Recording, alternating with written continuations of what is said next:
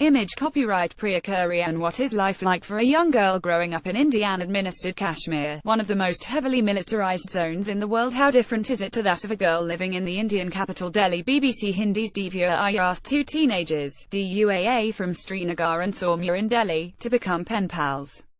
Here are edited excerpts from the letters. Introductions. Dear Soumya, a very warm and pleasant salam, greetings from a place known to be heaven on earth, Kashmir. You must be curious about Kashmir. It's so chilly here. Can you even imagine 7 feet of snow everywhere around you, taller than you? I'm a big music freak and love artists like One Direction, although they are currently on a hiatus, Little Mix, Zayn Malik, Selena Gomez and Justin Bieber. I feel that telling you about the music I love will tell you more about me than I ever can. Dear Du, I got your letter and am very happy to know that you are also a fan of One Direction. If I were to tell you about myself, then I'd say that I'm very different from other girls. That's what I think. I just don't like to dress up like other girls.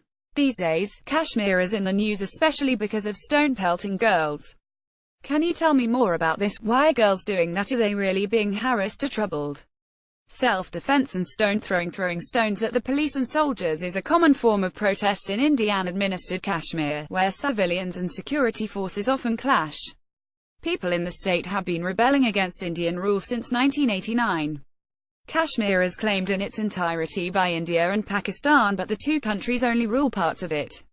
India often blames Pakistan for fueling unrest in the region, a charge Islamabad denies.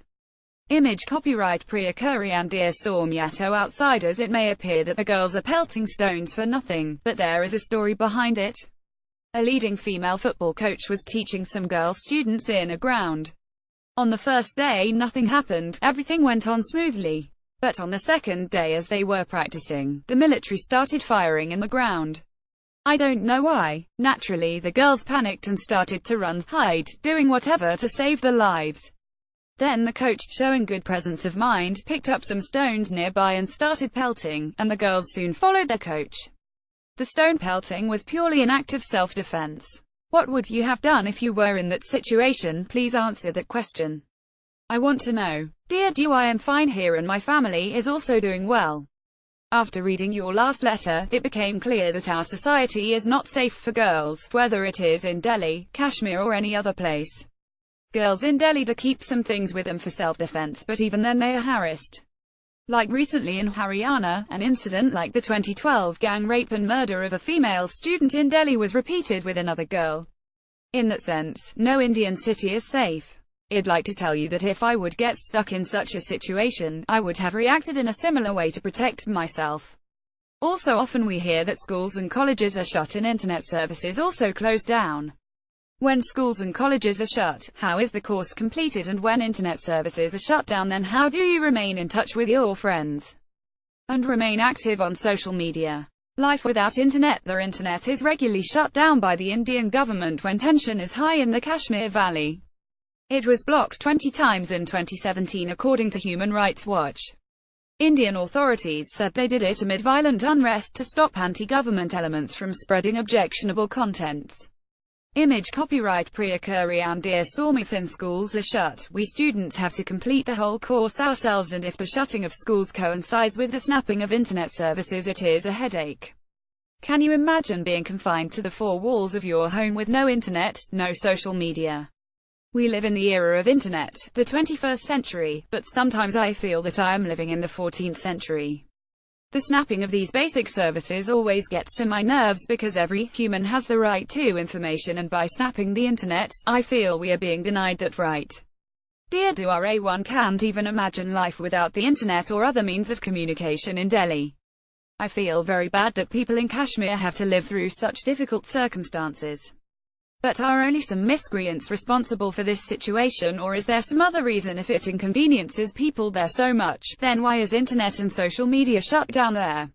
I saw the photos of Sonmarg that you sent, and after seeing them I feel like coming to Kashmir. Would you like to live in any other Indian city for your higher studies, and can any student from Kashmir live comfortably and happily in any other city in the country? Dear Soumya, let me first make it clear that it wasn't the army but security personnel and police. And it is a mystery that they attacked the girls in the first place. Nobody knows, nobody but them. As for your other question, I wouldn't like to be in any other Indian city because honestly I am frightened. There has been news, I'm sure you would have heard, that many Kashmiri students including girls being victims of various kind of ragging. Ragging is a form of abuse often meted out to college newcomers. Students have been thrown out of the college in the dead of the night just for being Kashmiris. As for the internet ban, only the government can answer why they are imposing bans. Honestly, people have become used to this scenario. The meaning of freedom azadi, which means freedom, is a controversial word in Indian-administered Kashmir, where it has become a rallying cry against Indian rule. Image copyright Priya Kurian. Dear, do often I read about a man being used as human shield in the newspaper, it made me very sad. Such incidents only encourage more inhuman activities. Sometimes I wonder, can we end this inhumanity from human society and that there are no restrictions to go or come from any part of the world? Sometimes I get to know from newspapers that Kashmiris want freedom. I want to know who they want freedom from. Dear Soumya, want freedom from cruelty of the world, freedom from indiscrimination, freedom from the people who think that we are inferior to them. Trust me, we are not inferior but equals. I know it must sound confusing, but if you really want to understand what Kashmiris want freedom from, then I highly recommend you watch the Bollywood film, Haider. I'm informed that this is my last letter to you for the project, but I'm closing it with a hope that we will still be pen pals. Dear Du, I was a little hesitant to ask you about the freedom of Kashmir, but I couldn't hide my curiosity and I really liked your reply. The kind of freedom that the Kashmiris want is something that the whole of humanity seeks. The newspapers are colored with examples of cruelty and disgust. Some days a drunken father beats up his son, other days the son beats up his aged father. A one-sided love leads to an acid attack, or a lover brutally guns down his girlfriend. I want to know more about the demand for freedom of Kashmir, and that's why I want us to keep writing to each other. That will be great. Hope we keep writing to each other. Lots of love, your friend Soumya.